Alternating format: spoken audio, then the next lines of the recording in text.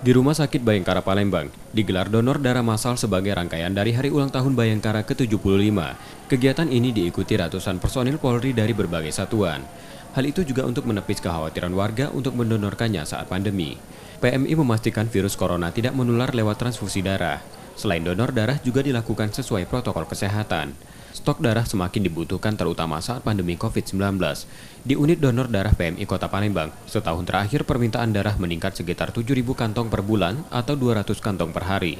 Tingginya permintaan tersebut tidak dibarengi dengan partisipasi dari pendonor yang justru menurun. Situasi ini memicu kelangkaan stok darah. Mengatasi kelangkaan itu, PMI Kota Palembang giat melakukan donor darah massal melibatkan berbagai instansi dan lembaga. Karena mengingat memang kebutuhan donor darah ini sangat penting sekali dan sangat dibutuhkan pada saat masa pandemi.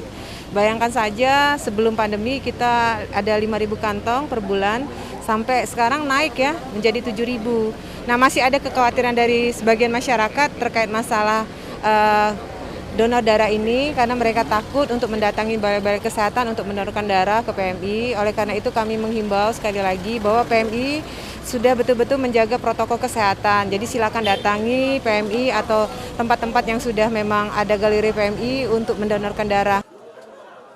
Donor darah kini dapat dilakukan dalam interval 2 bulan sekali. Warga yang akan mendonorkan darah bisa mendatangi gerai PMI yang saat ini ada di pusat-pusat perbelanjaan. M. Rizky Nurmizan, Kompas TV, Palembang, Sumatera Selatan.